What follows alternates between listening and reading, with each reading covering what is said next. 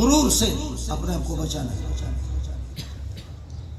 جی ہاں، ایسے لوگ مٹے ہوئے ہوتے ہیں، بڑے بڑے آدمی، وہ ہے بڑے لیکن مٹے ہوئے ہیں، خود اپنی نگاہوں میں وہ مٹے، میرا رب اس کو بناتا ہے۔ جس درخت کے اندر پھل ہوتا ہے، پھلدار درخت کی شاخیں نیچے ہوتی ہے، جس میں پھل نہیں ہے تو وہ اوپر ہوتا ہے۔ پٹھانوں میں بلوچوں میں جس کو دیکھو اس طرح ہے، وہ ٹکے کا بھی آدمی نہیں، جو جھکا وہی بڑا ہوگا۔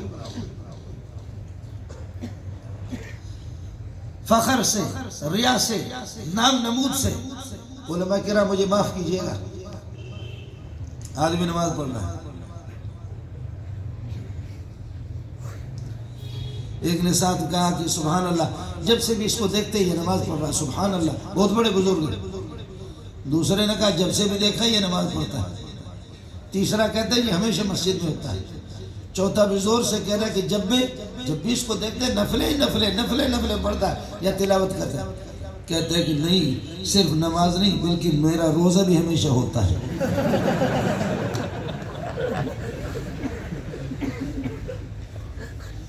اس سے رہا نہ گیا۔ یہ فخر و غرور اور تکبر، یہ جو ہوا ہے، یہ خانقاہوں میں جو جاتے ہیں، خانقاہوں میں ہوتا ہے۔ مدارس میں محدثین جو بخاری اور ترمذی جو پڑھاتے ہیں، وہ انسان کو بتاتے ہیں کہ تو اپنا پیشاب روک نہیں سکتا تو تو بڑا نہیں ہے، تو پاخانہ روک نہیں سکتا تو بڑا نہیں ہے، اور تو اپنے صحت کا بھی مالک نہیں ہے تو بڑا نہیں ہے، تو اپنے تندرستی کا مالک نہیں ہے تو بڑا نہیں ہے، اور تو یہ ہے کہ غم کا بھی مالک نہیں، خوشیوں کا بھی مالک نہیں ہے، رزق کا بھی مالک نہیں ہے، جوانی کے بھی مالک نہیں ہے، بڑھاپے کے بھی مالک نہیں، تیرے پاس کچھ بھی نہیں ہے، سب کچھ اسی کے پاس۔ یہ تین چیز کہ انسان کے ایمان درست ہو، نظریات درست ہو، اور یہ ہے کہ حلال و حرام کی تمیز اس کو ہو، اور ظاہر ہے کہ جہاں حلال و حرام کی کوئی تمیز نہ ہو، دبا کر کے مولوی صاحب، صوفی صاحب، تبلیغی صاحب، رو تو جتنی بھی عبادت کر، لیکن جب تو حرام کھاتا ہے، سود کھاتا ہے، لوگوں کا حق دباتا ہے، آپ کو حلال و حرام میں کوئی تمیز نہیں ہے، کچھ بھی نہیں ہوگا۔ یا ایھا الرسول کلوا من الطیبات واعملوا صالحا، نبیز اے انبیاء، اے میرے رسولوں، پہلے پاکیزہ چیزیں کھاؤ، پھر اس کے بعد واعملوا صالحا، نیکی کا عمل کرو۔ اس طرح نہیں ہوگا، حرام خور۔ اب وہ سندھ میں ہمارے یہ ہوا کہ ایک وڈیرے نے مولویوں کو جمع کیا، کہنے لگے یار پہلے مولوی جیسے ہاتھ اٹھاتے تھے، مولوی ہاتھ اٹھاتے تھے تو پھر یہ ہے کہ تبدیلیاں آ جاتی تھی، تباہی آ جاتی تھی، کسی کے خلاف بد دعا کرتے یا کسی کے حق میں دعا کرتے۔ آج کل تم مولوی تبلیغی سارے دعا کرتے ہو، کچھ بھی نہیں ہوتا۔ کیوں؟ کسی نے کہا اس لیے، کسی نے کہا اس لیے، کسی نے کہا یہ وجہ ہو سکتی ہے، کسی نے کہا یہ وجہ ہو سکتی ہے، کسی نے کہا یہ وجہ ہو سکتی ہے، کسی نے کہا یہ وجہ ہو سکتی ہے۔ ایک مولوی میرے طرح بیٹھا ہوا تھا، کہنے لگے وڈیرا صاحب کوئی وجہ نہیں ہے، سارے بیکار وجہ، اصل وجہ یہ بے غیرت تم بھی حرام خور ہو، ہم بھی حرام خور،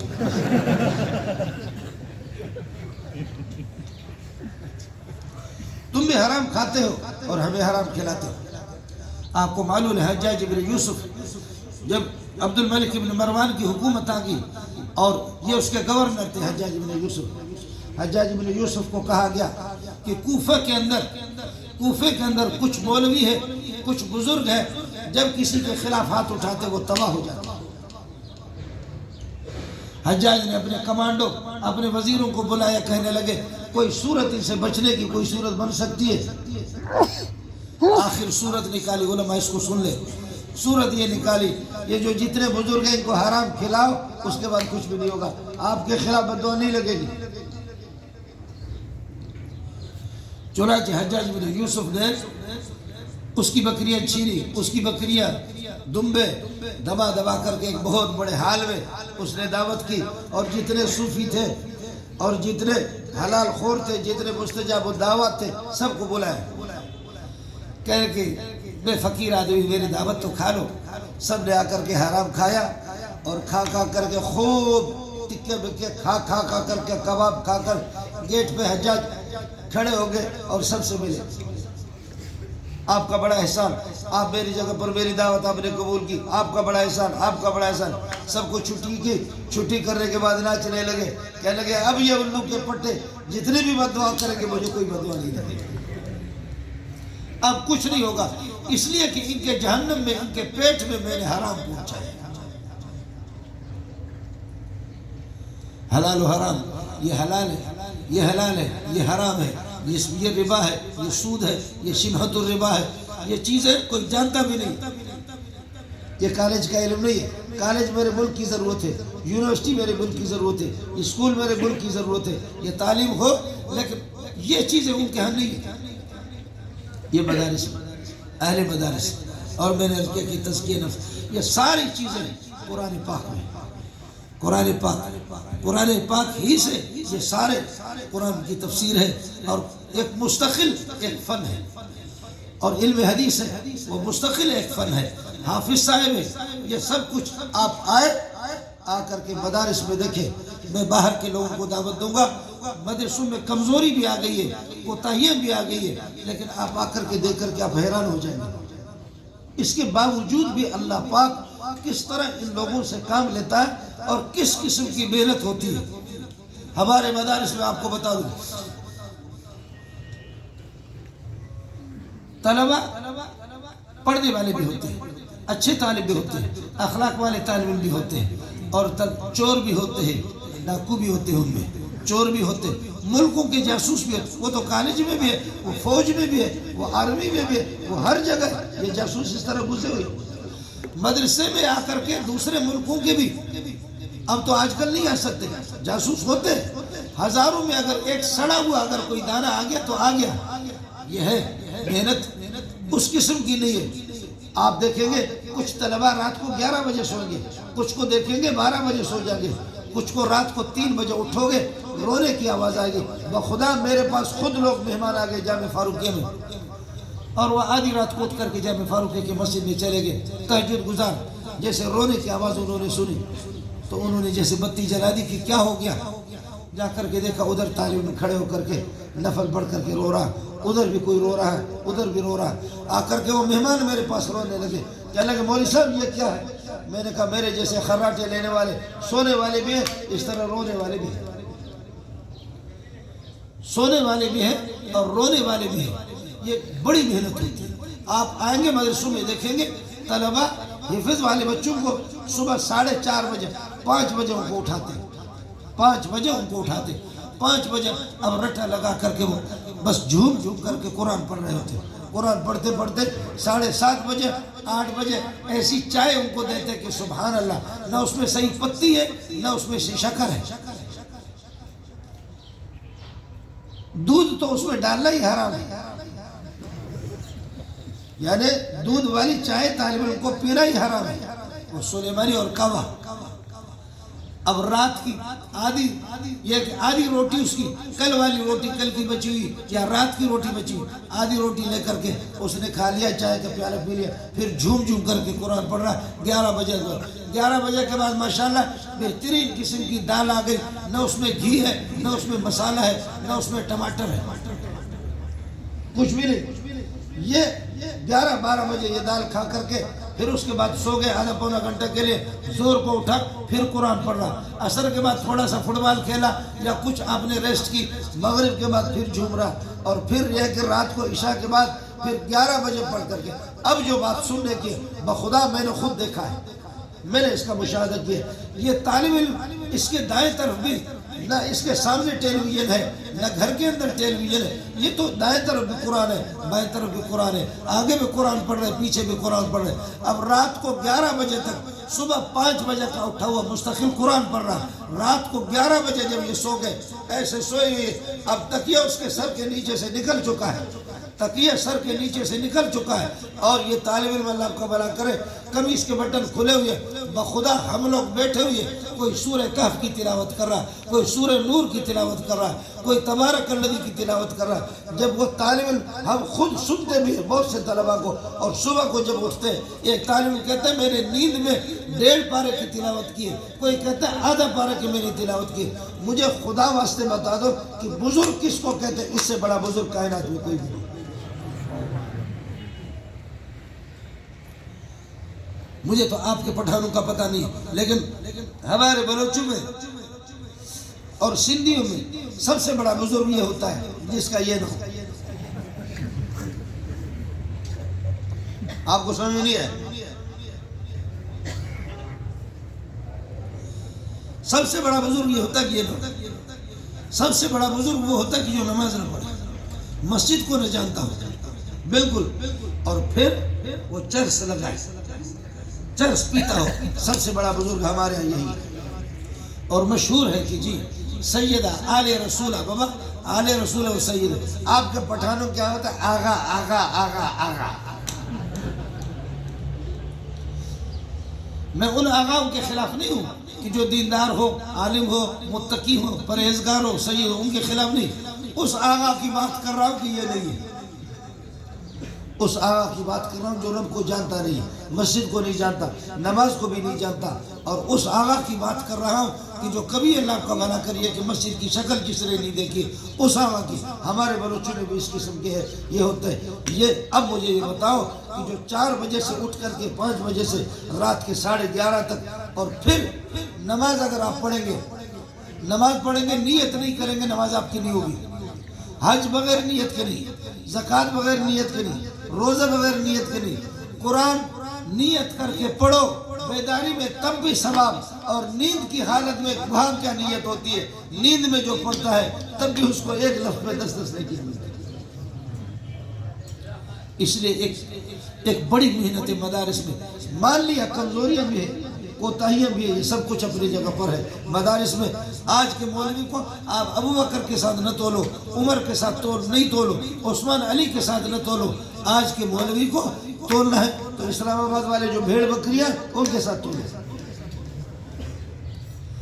میرے جیسے کروڑوں کو اگر آپ جمع کریں گے، ابو بکر کے خاک پا پر میں اللہ مجھے قربان کر دے، میرے ماں باپ کو اللہ قربان کر دے، میں ابو بکر کے جوتے تک نہیں پہنچ سکتا، لیکن اس کی کیا بات ہے؟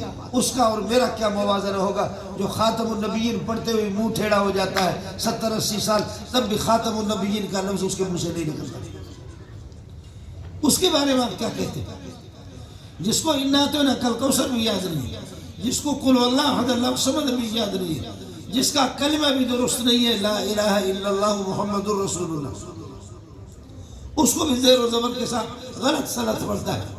اس لیے جو علاقے کے لوگ ہیں، باہر سے تشریف لانے والے لوگ ہیں، آپ سے میری گزارش ہے کہ مدرسہ اور دینی تعلیم میرے اور آپ کی ضرورت ہے۔ مدرسہ اور دینی تعلیم میرے اور آپ کی ضرورت ہے۔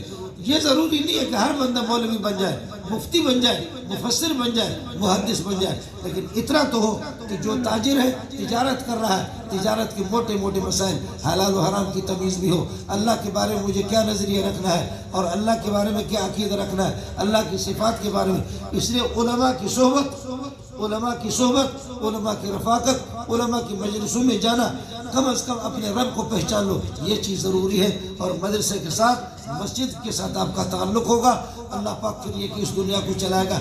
ایک بات سن لینا، اور جب یہ سلسلہ رک جائے گا، یہاں تو چونکہ سوسائٹی والے، میں نے نشے کی بوتل نہیں پی ہے، خدا کی قسم کھا کے کہتا ہوں، جب یہ ملا، یہ تبلیغی اور یہ قرآن کی آواز نہیں ہوگی، یہ سورج پھر اپنے ڈیوٹی پر نہیں دے گا، یہ چاند بھی، میرا رب غصہ ہوگا۔ اذا الشمس كورت واذا النجوم انكدرت اذا السماء انفطرت، آسمان بھی پھٹ جائے گا اور سورج کو بھی اللہ لپیٹ لے گا، پھر قیامت قائم ہوگی۔ وتكون الجبال كالعهن المنفوش، یہ پہاڑ روئی کی طرح، اس طرح جیسے دھلی ہوئی روئی اڑتے ہی اس طریقے پر یہ پہاڑ اڑا دیے جائیں گے۔ یہ دنیا کا نظام سارا کا سارا درہم برہم ہو جائے گا۔ وما كان الله ليعذبهم، کافروں پر بھی محمد تیرا احسان ہے۔ ابو جہل کو مرنے کا شوق ہے، عذاب کا شوق ہے۔ ابو جہل کہتا ہے ان کان ھذا هو الحق من عندك فامطر علينا حجارة من السماء، اے اللہ اگر محمد اور یہ قرآن حق ہے تو مجھ پر پتھروں کی بارش برسا دے۔ میں ابو جہل کی اس دعا کو قبول کرتا ہوں، اس کو جہنم میں پہنچاؤں گا، عتبہ کو، شیبہ کو، باقی تمام کافروں کو میں عذاب میں مبتلا نہیں کرتا، تمام کافروں کو میں ہلاک نہیں کرتا۔ کیوں؟ وما كان الله ليعذبهم وانت فيهم، محمد آپ ہے اور قرآن ہے، آپ کی برکات کی وجہ سے یہ دنیا قائم ہے۔ عام کافروں کو بھی نہیں مانوں گا۔ کافروں پر یورپ اور امریکہ اگر آج دنیا برقرار ہے، وہ اس قرآن کی وجہ سے برقرار ہے، علماء کی وجہ سے برقرار ہے، دینداروں کی وجہ سے یہ نظام چل رہا ہے۔ اللہ تعالیٰ آپ کا حامی ہو، اللہ آپ کا ناصر ہو۔ علاقے والے لوگوں سے میری گزارش ہوگی کہ علماء کے ساتھ آپ کا تعلق ہو۔ چندہ مندہ میں آپ سے نہیں کہہ رہا ہوں، چندہ بالکل بند کر دیں، اور چند زمانے تک دیکھو مولویوں کو چندہ نہ دو، دیکھو کتنے مولوی بھوک سے مریں گے. انشاءاللہ کچھ بھی نہیں ہوگا، مولوی سے پہلے تو مرے گا. کچھ بھی نہیں ہوگا، کچھ بھی نہیں ہوگا. آج تک کوئی مولوی بھوک سے مرا نہیں ہے. زیادہ کھا کھا کر کے مرتے، بھوک سے کوئی نہیں مرا. زیادہ کھاتے مرتے، اور اس طریقہ پر باقی یہ کہ اللہ آپ کا بھلا کر بھوک سے کوئی نہیں مرتا. آپ صرف اپنے رب کو پہچان لو، اپنے خالق اور مالک کو پہچان لو، اور قرآن پاک کی تلاوت آپ کے گھر میں ہونی چاہیے. حافظ اگر کوئی آپ کا بچہ نہیں ہے اور عالم نہیں ہے، کم از کم ناظر اپنے بچوں کو تو قرآن پڑھوا دو. اللہ تعالیٰ آپ کا حامی ہو، اللہ آپ کا ناصر ہو. جو علماء کرام جو فارغ ہو چکے، ان سے میری ایک گزارش ہوگی.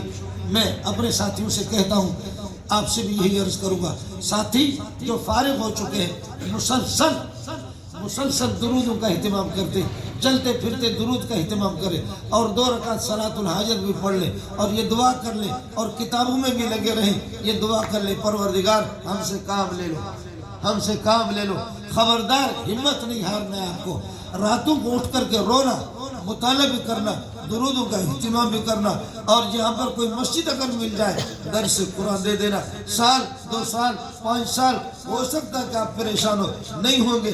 میرے اور آپ کے اندر اتنی قوت نہیں ہے، ہم اتنے مضبوط بھی نہیں ہے. اللہ ہر ایک کو آزماتا بھی نہیں ہے. ہم آزمائشوں پر پورا اترنے والے لوگ ہیں بھی نہیں ہے. اللہ کی مدد فوراً آ جائے گی.